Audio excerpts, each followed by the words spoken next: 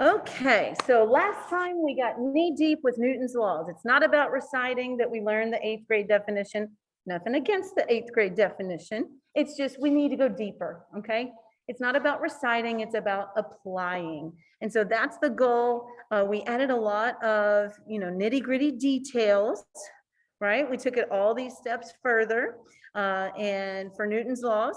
And then we listed out the common forces that are going to be needed for our force diagrams. And like I said earlier, it's all about the diagram. Whether AP tells you to draw one or not, I will always model by drawing a diagram, okay? Or at least 99% of the time. Maybe I forget one day, one problem. But most times, drawing the diagram helps you see how to sum the forces in each direction. And then from those summation statements, just like we did with vectors, we're going to solve for maybe tension force, maybe frictional force, maybe normal force, okay?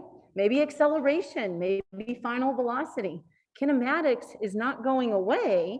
It's just not going to be the focus. But you may have, part D of a question.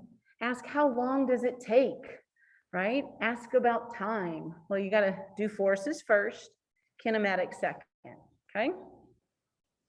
Okay, so it looks like we did one force diagram for an object that's motionless, right? We said this is a Newton's first law example because the forces are balanced on a single object. And so what about number 2? I don't know, was I starting to do number 3 or 2? Let's just do number 2. So an object slides with a constant speed without friction. Before we draw the diagram, let me show you a video.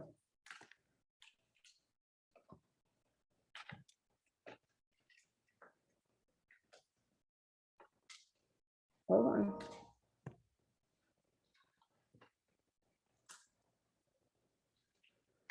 So it's somewhere here. And we don't need sound, but this is going to be a hockey puck on ice, right? Now, the hockey puck doesn't just magically start moving on its own, right? And so it's going to be hit by a player. And this is a long creek or pond, something like that, right? It's outdoors. And so your number 2 prompt says the object slides, okay? The object slides. So here we go. Watch the puck. The puck is the object.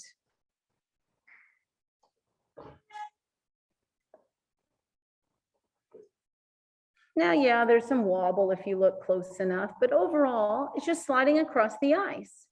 And so that is kind of like number 2 without friction, right? Hold on. No, I don't want to do that. Shh. Skip. Let me go back. How do I go back to the other video? Back. Okay. Okay. So number 2, the object slides without friction. Typically, if there's an ice example, ice can slow things down, right? Given enough distance, couldn't that puck come to a stop? Yeah, but overall, ice is little to no friction. That's why when it gets icy, how do we drive? Slow, right? We drive more carefully, or we just stay inside, right? Okay. And so that is our number 2 example. So now that you've seen a video of it, what forces are acting on the object? And I'm going to draw my little center of mass to represent the object. And remember the rules for drawing these diagrams. You draw the forces from the center of mass. So what forces are acting on the hockey puck? Gravity, right? Gravity is always the first one I draw, right? We always have mass with our objects. There's always a gravitational force, and gravity pulls on this object what direction? Down.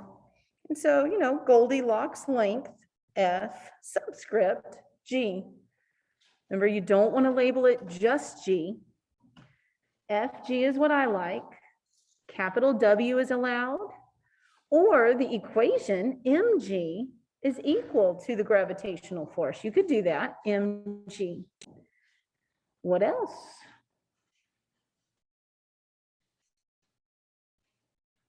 The ground is a surface, and just like in number 1, it's going to push what direction on the block? Up, right? And just to remind you, we call these surface forces normal force, because in math, normal means what?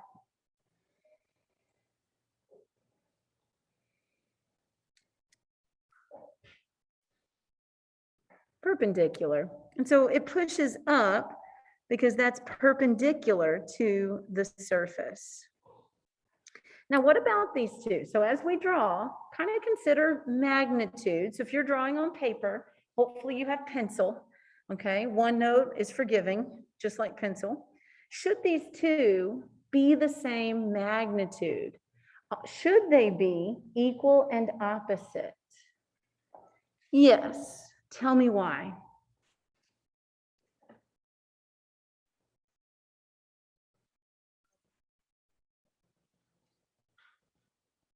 Say it one more time. Right. And so we're not sinking into the ground. We're not levitating off the ground. The motion is in what direction? It's moving in the horizontal. It has no movement. It's at rest in the vertical. You got to still think 2 dimensions, right? Vectors are independent in the X and Y. Velocity was with projectiles. Forces are here, okay? And so the net force in the vertical is going to be 0. And what do I mean by net force? This is another way of saying the resultant force, okay? The unbalanced force. We don't want it to be unbalanced, right? Then it would sink or levitate. It would move in the vertical. And so we have balance forces in the vertical. And balance forces is Newton's which law? First law. And so if you want to add the tick marks, you don't have to. It's honestly just a preference thing, okay? I do it when I think about it. The graders are not going to require that you use a ruler and you get to the nearest millimeter equal in length.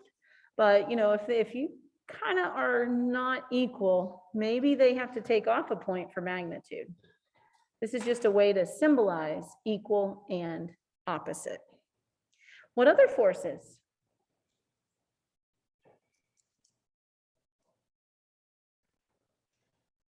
What other forces?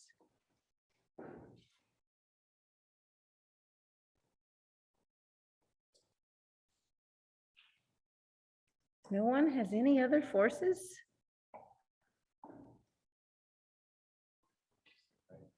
Because it goes to the right, and so a force to the right. And maybe I don't want to give any reason that it shouldn't be equal to the weight, right? So maybe I make it a little different. And so we don't know numbers here. What force are we going to label this?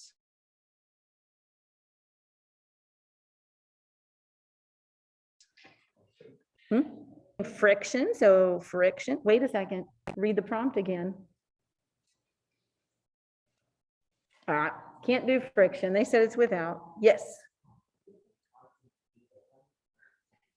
Okay, so here, let me show you. Yes, you're correct. That's where I'm going with this, okay? Here's what I see students do, even in May, okay? After you've done so many force diagrams, you still say, but it's moving to the right. There has to be an applied force to the right. Some of you were thinking this, right? However, is it being applied right now? In the video, the hockey player only hit it in the beginning. But here we're looking at it when it's sliding in the present tense, okay? And so hopefully last time I wrote on the left-hand side that remember force diagrams are snapshots in time. It was hit in the past, but in the present, is it being hit? Is the hockey player taking the stick and constantly pushing it? I mean, that could be a possibility. But in this example, no. So it's not applied. So what is it?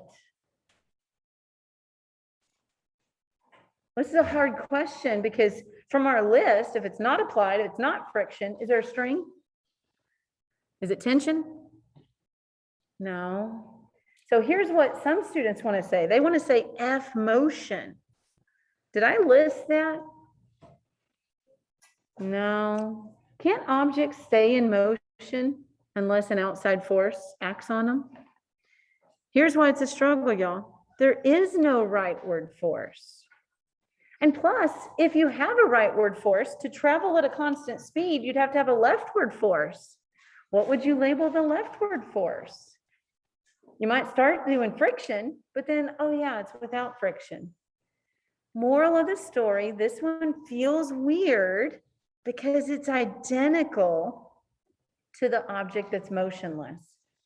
How can an object that's motionless and an object moving at constant speed have exactly the same diagram? So y'all, a force diagram doesn't tell the whole story. It only tells the force story. Okay, yes, number 2 is moving. How is it moving? Constant speed. So let's keep forces going a little bit. F net in the X, if I don't have any forces in the X, it equals 0. Well, F net, our new Newton's second law equation, F net equals MA. And so if both dimensions have 0 resultant net force, what's the acceleration of an object? It has mass, but it has 0 acceleration, right? Doesn't that align with what we've been saying since week 1? Constant velocity, constant speed. If you're constantly going the same speed, then your change in velocity is 0. And hopefully you remember, acceleration is based on a change in velocity. So it connects back to kinematics, yes? And so what do these two have in common? Well, they're both Newton's first law. They both have balanced forces, but one is motionless and one has constant speed. But these two are what we call states of equilibrium. I'm gonna go add that to our Newton's first law, okay? I'm gonna add it kind of right there, okay? And so states of equilibrium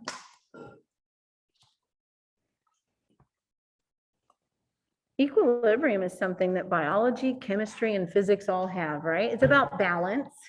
And so, you know, homeostasis, that's the only one I can think of.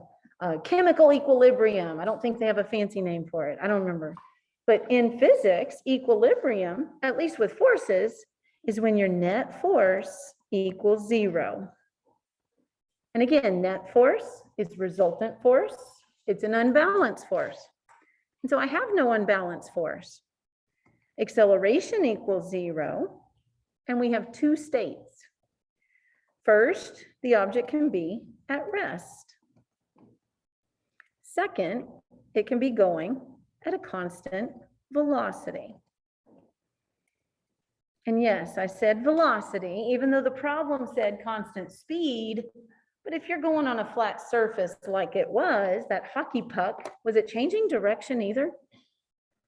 No.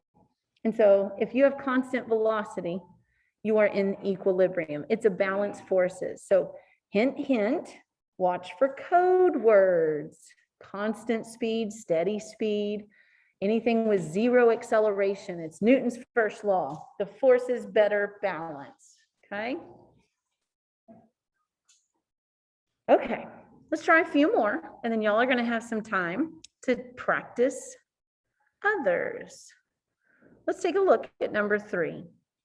The object slows due to kinetic friction. Now, I may not have said kinetic friction last time, but I did, I think, say gripping and slipping, right? So gripping is like the walking that we talked about, right?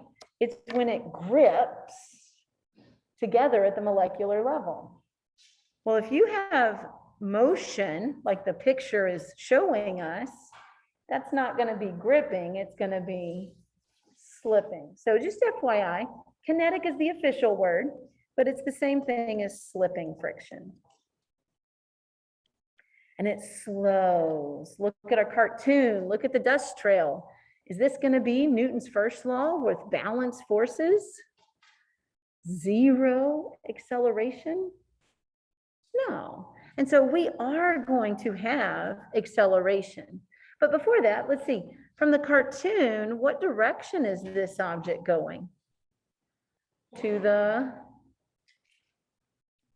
right. So our velocity, notice I'm not putting a velocity vector on my force diagram. It's still a vector on its own, but it doesn't belong on a force diagram. Only forces belong on a force diagram, yes? So if I'm moving to the right, but slowing down, what direction is the acceleration?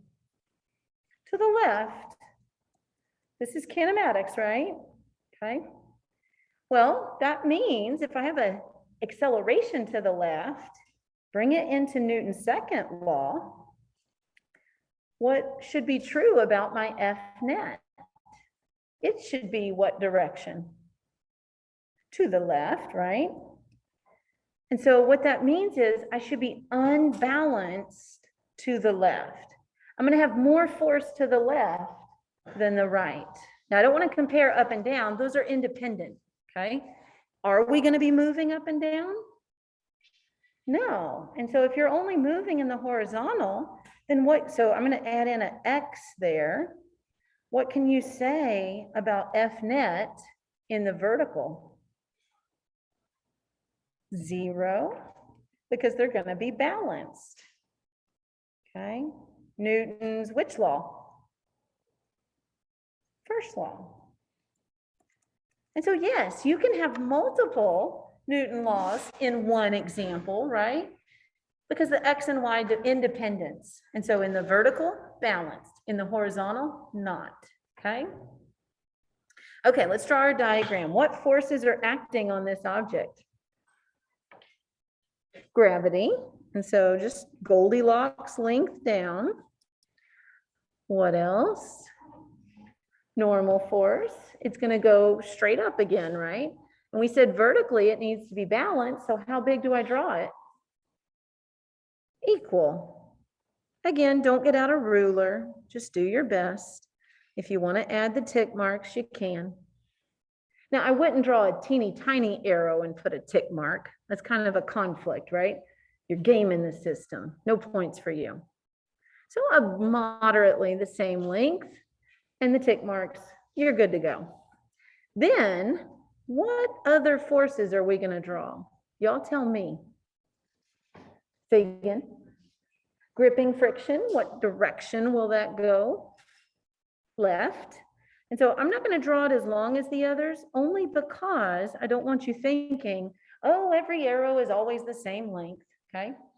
Now, trust me today, but in a couple weeks, I'll show you why friction is going to be less than your normal force. It's a fraction arrow than the normal force. What else?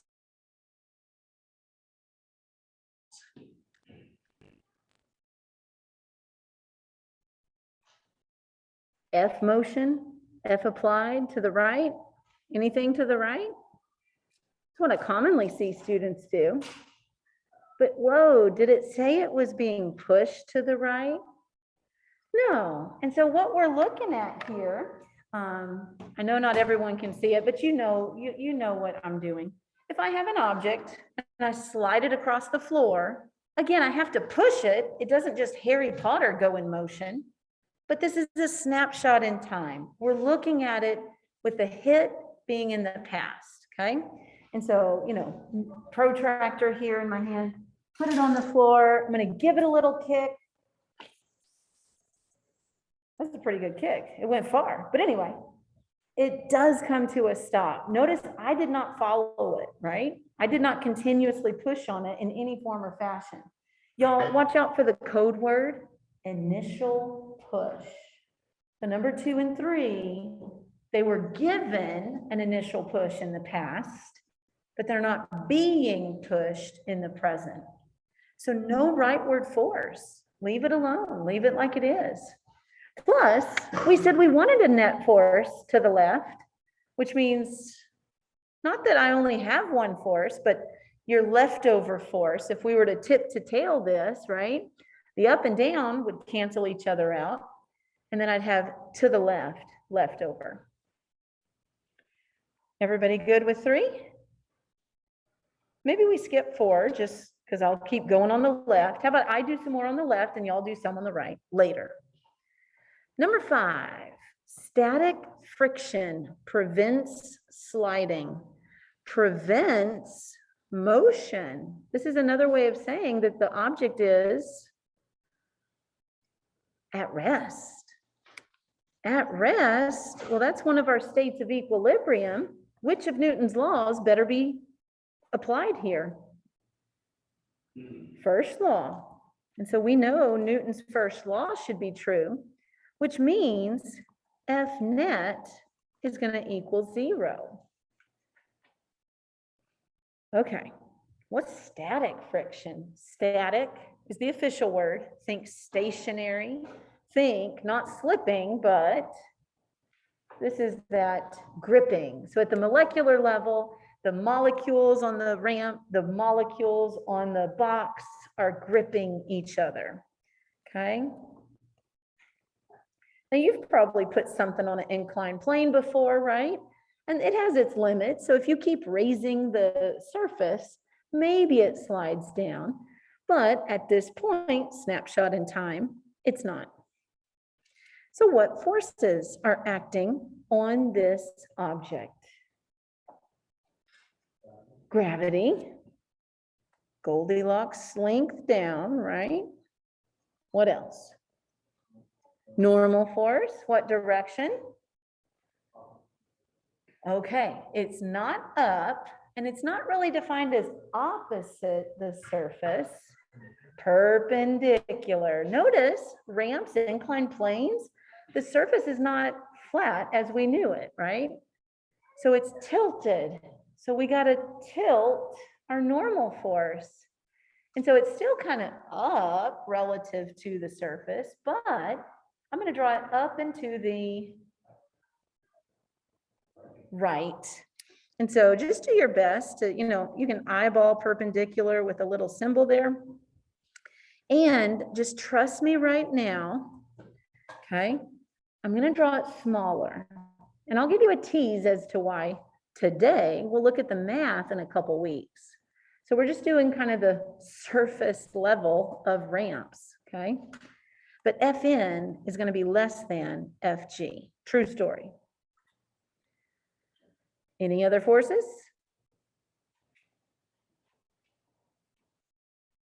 If I'm going to have total balance, there better be.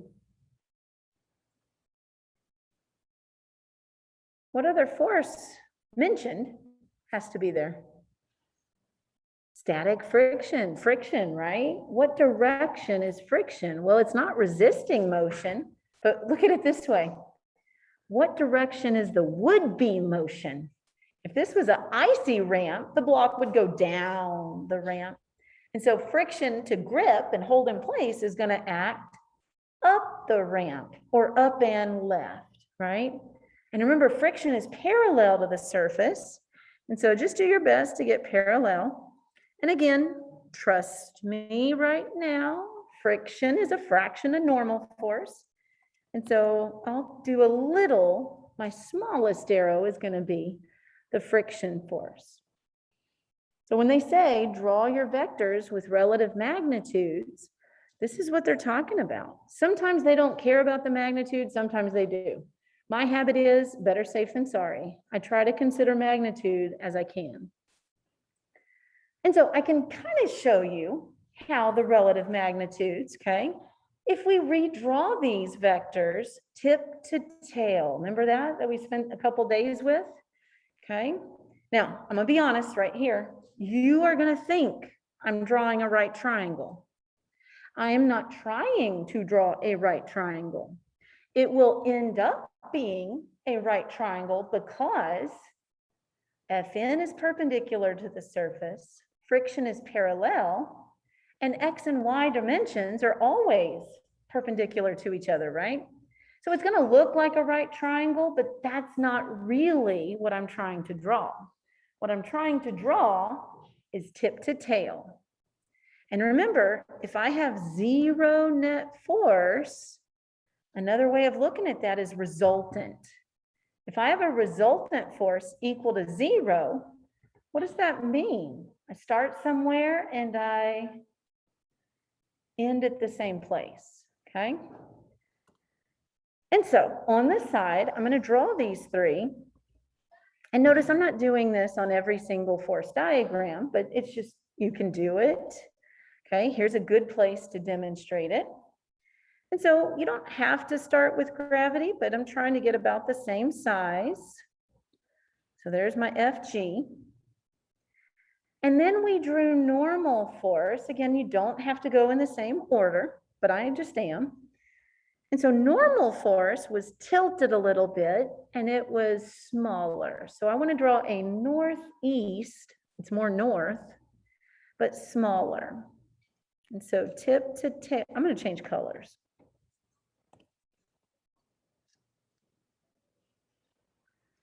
And so FN maybe looks right there. And then FF was parallel to the surface, and we said it's going to be a fraction of normal force. Again, I haven't explained that, but tip to tail. And where's your resultant force?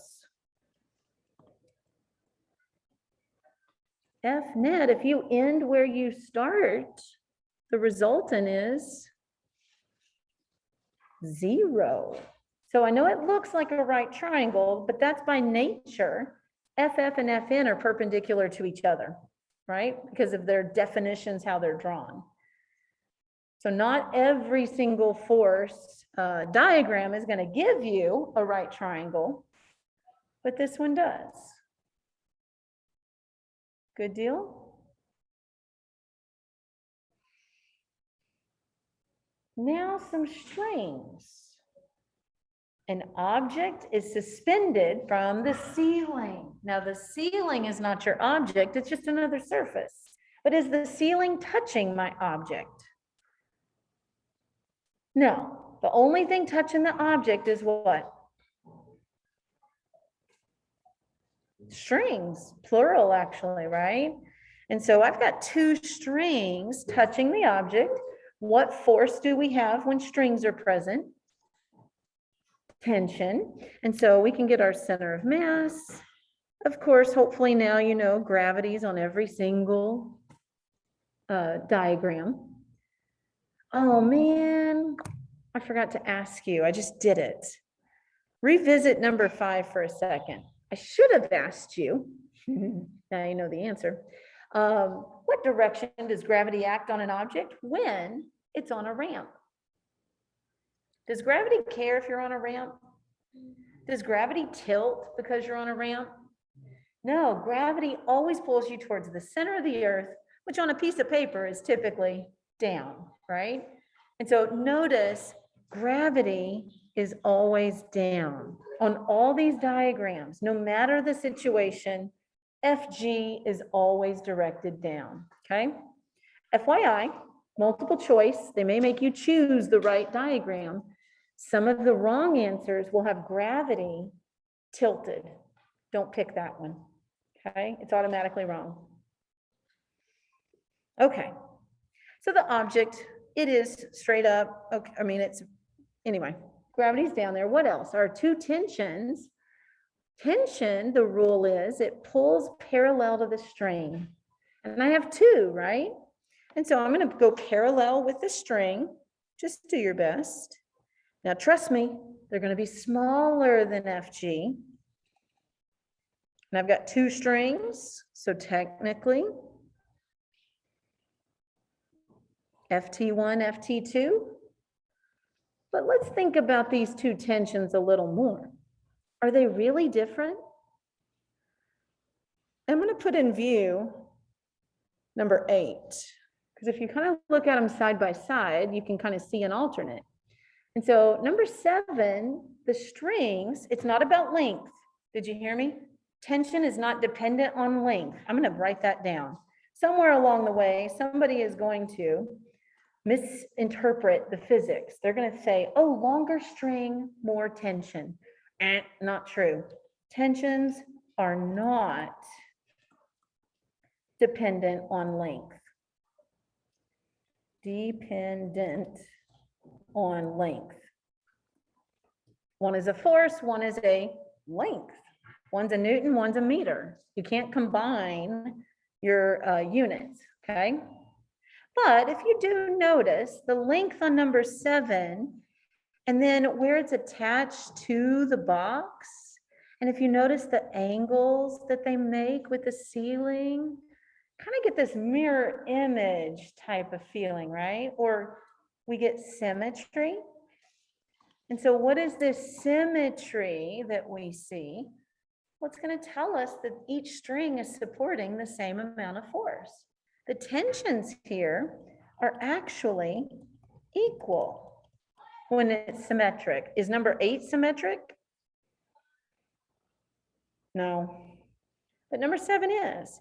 And so even if you have FT1, FT2, you don't need it. You could just call them FT. So if you want to erase the 1 and 2, that's fine. Today, we're not solving for it, so it's okay. Now, why are they smaller? Well, we could do the tip to tail again, but let me show you an approach that we're going to end up going to.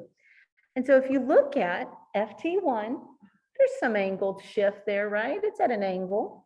And FT2, what if we draw the components for each one?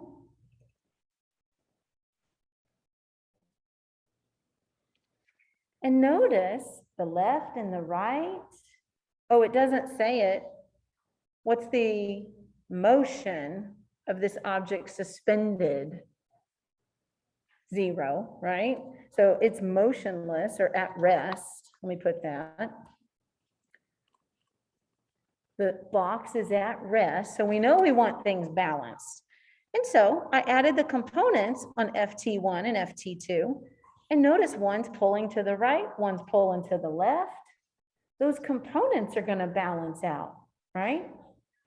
Now, why are the tensions smaller? Well, look at the vertical components. I've got 2 vertical components pulling up on the block. Gravity pulls down.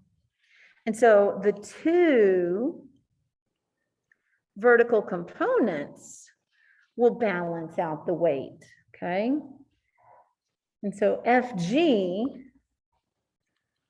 is going to equal FT1Y and FT2Y. We'll throw numbers in later, but that's the concept. Okay? Okay. Number 9, the object is motionless, at rest. So we're back to, net force is going to be 0. This is that Newton's first law. By the way, the one before was Newton's first law as well, if you want to add that in. Anytime there's at rest, it's Newton's first law. Force is better balance. Now, what's different on this one? We still have a box that has a string on it, but there's also a ramp. It's okay.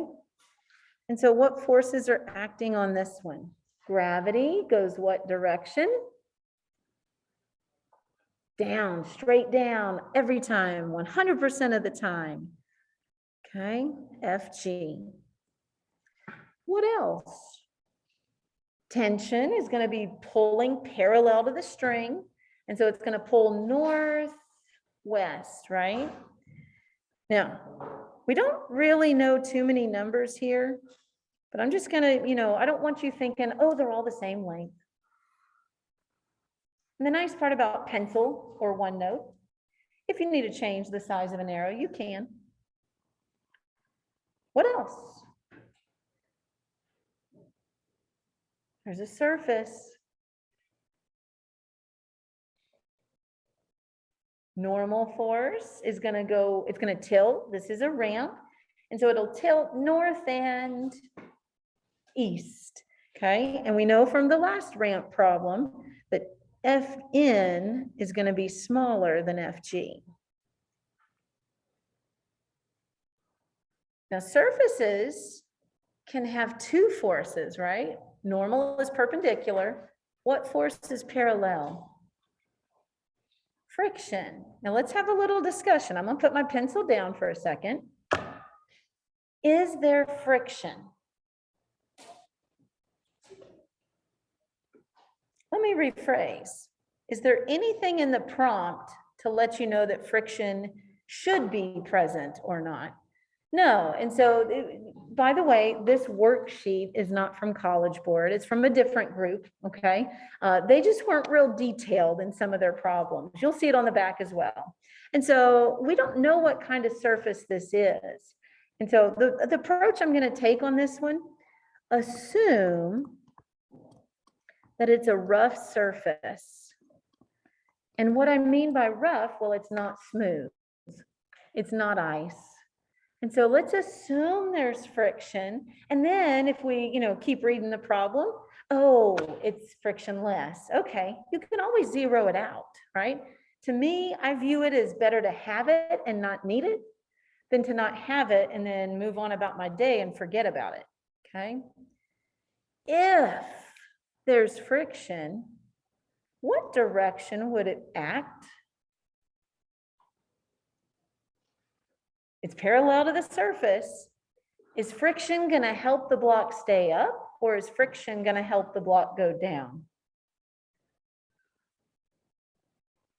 It would be up, okay? So if you have two vectors go in the same direction, and this is kind of why I wanted to include it, what do? So tension is up the ramp, friction's up the ramp, tip to tail. And so come in here and just add in a small vector, tip to tail, and I'm going to call it friction, okay? Now, technically, this one is not drawn to scale because I have a whole lot of horizontal. Later, I'm going to be telling you that gravity has components. And so just know, I'm going to note here, not to scale. I mean, you really can't trust any of these to be to scale, but this one's really not to scale, okay? And here's the point. What if we cut the string? Would the block remain at rest? We don't know. We don't know. Okay, it actually depends on the angle of the ramp.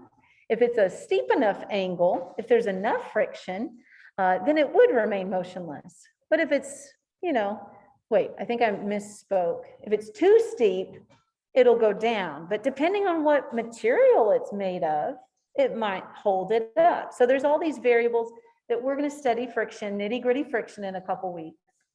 So in the case where the friction is holding it up, would there be any tension from the string? If you cut the string, no.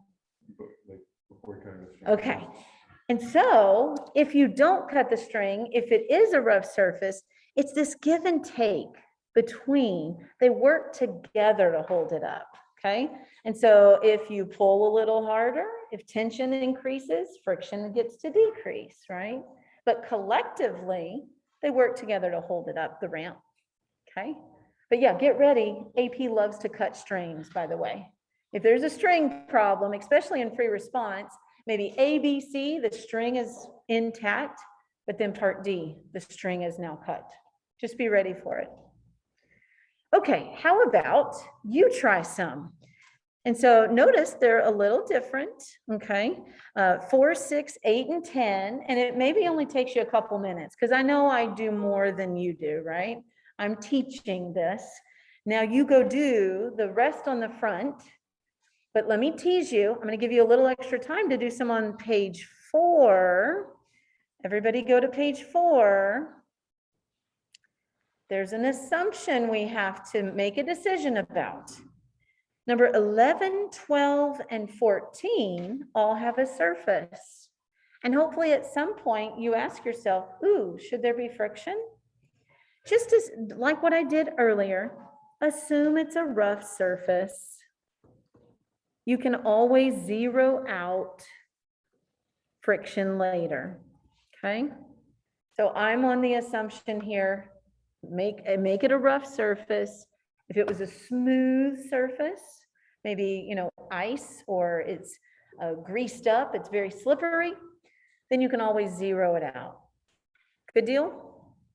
So I'm gonna give you about 10 minutes, do as much as you can. I'm gonna do one more at the end to prove a point, okay? And so I'm gonna give you about 10 minutes, pages 3, finish that one out, work on page 4, do as many as you can in 10 minutes, okay?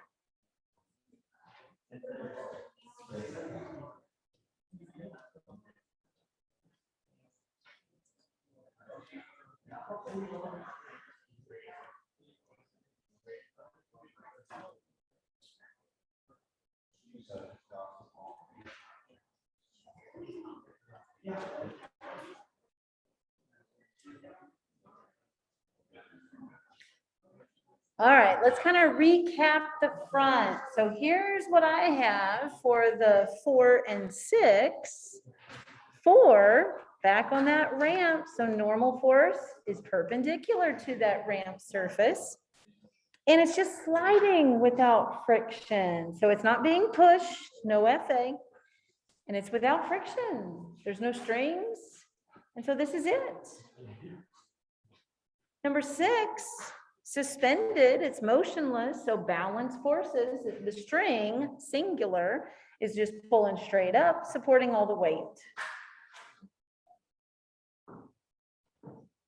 Number 8, motionless again, so Newton's first law, we've got 0 net force, so these should be balanced. And I even added in that FT1 should be equal to FT2. Notice it's not symmetrical like number 7 was. And as we walked around, I went on to show some people the components. And so why is FT1 bigger? Well, FT1 is the only one supporting the weight, right? My horizontal T2 cannot support the vertical weight.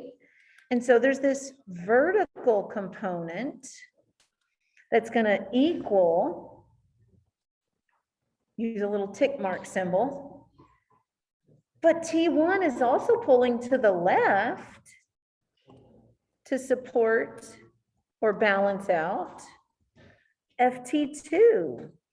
So you can double tick mark if you want. And so if you notice the legs of the triangle, FT1 is actually the hypotenuse there. And so FT1, not only is it bigger than FT2, but it's going to be bigger than FG as well. Okay, just FYI. And then number 10, we've got 2 surfaces. And so it doesn't matter which one's 1 and 2. I just label one of them 1, one of them 2. And really, we haven't studied center of mass to know which one's bigger, but you know, kind of think about center of mass on the center of your object. It's a little to the right of that center, or the lowest point. And so that's why I just said most of the weight is probably going to be supported by that longer surface. And so I drew FN1 a little longer, but I don't expect you to know that right now. Just 2 normal forces. They're going to be different. Gravity down. Okay. You need a little more information to know about, you know, which one's bigger and angles and all that. On page 4, now I'm not going to have time to go over all these, but the one that I like to go over here is the shopping cart. Of the top 4, which one is probably you pushing a shopping cart?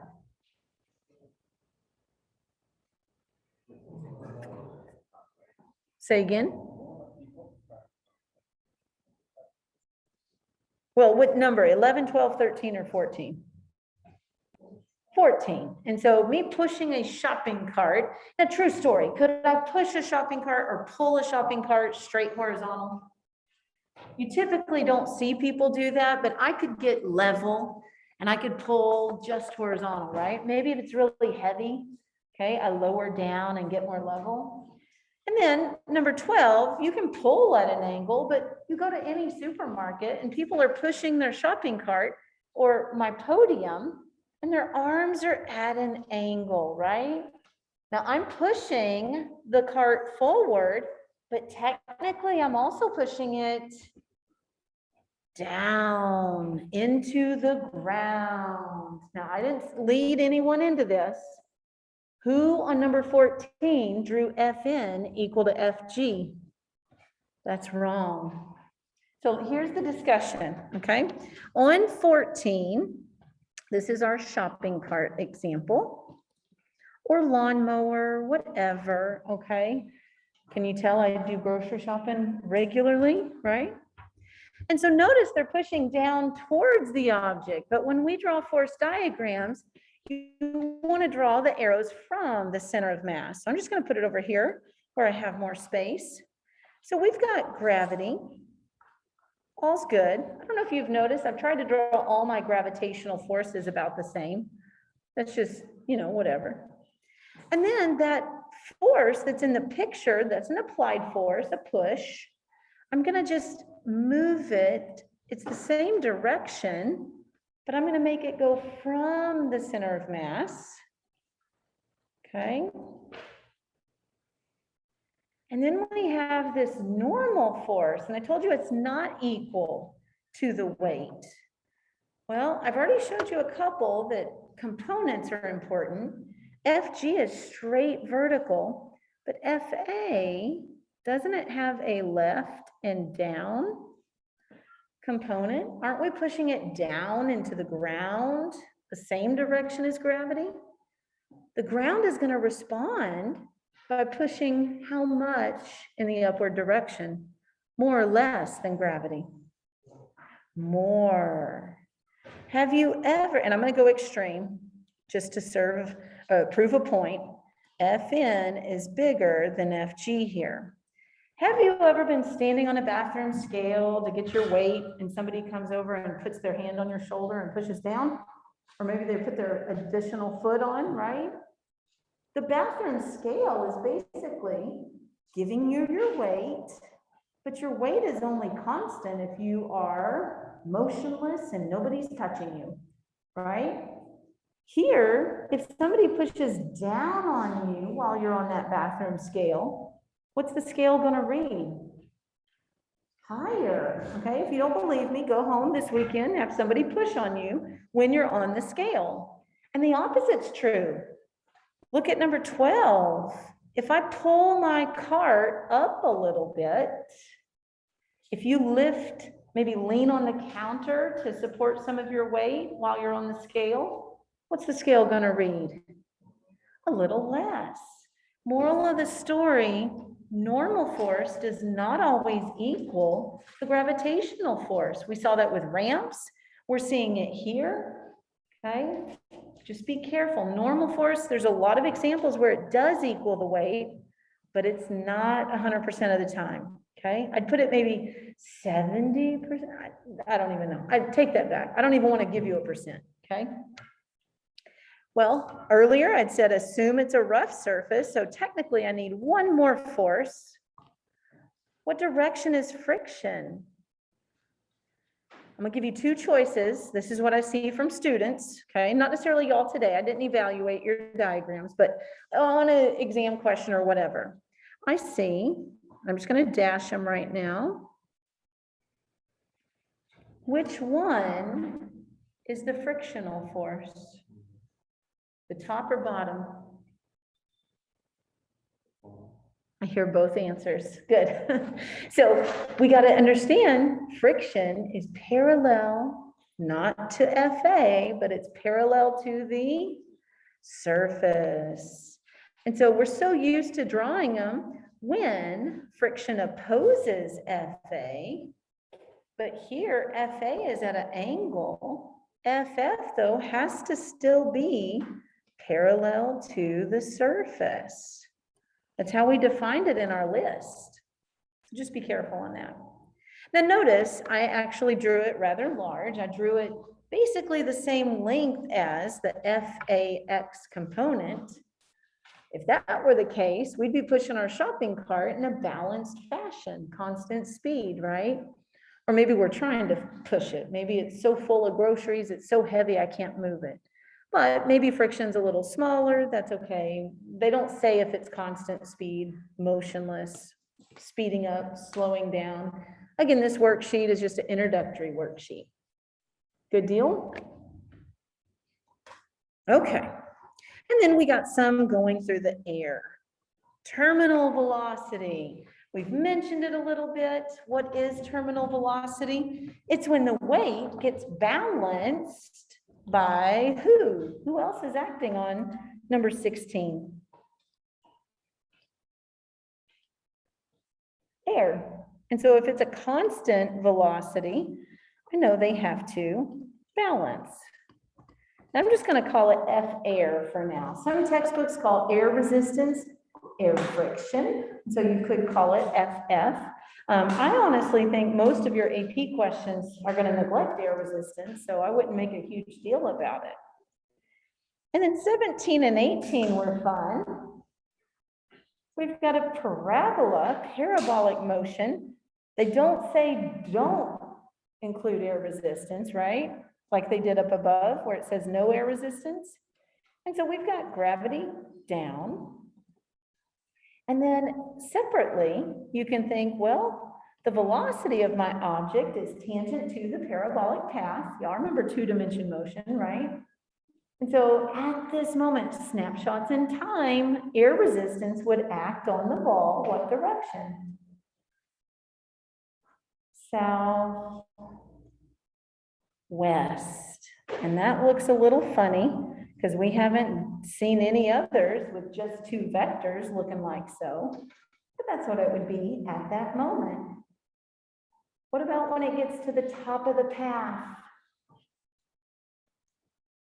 What would your velocity vector look like at the top of the path? Notice it's very vertical here. So straight up, top of the path, what's the velocity of our object? 0. It's not moving for a split snapshot in time. And so what is our force diagram? We got gravity. What direction is air resistance at the top of the path? Not up, not down, not left, not right, not. For a split second, it's not moving, right? So no air resistance when it's stopped for the moment. Snapshots in time, instantaneous pictures, right? Okay. So force diagrams, not that I think you're an expert now, but hopefully you kind of get, what to do. I got to consider direction, magnitude, Newton's law. Should they balance? Should they not? Later, we'll be doing components. Okay. Next time, we'll get into some of the force concepts and then we'll start solving. Okay. We'll start making some net force or resultant force statements. All right.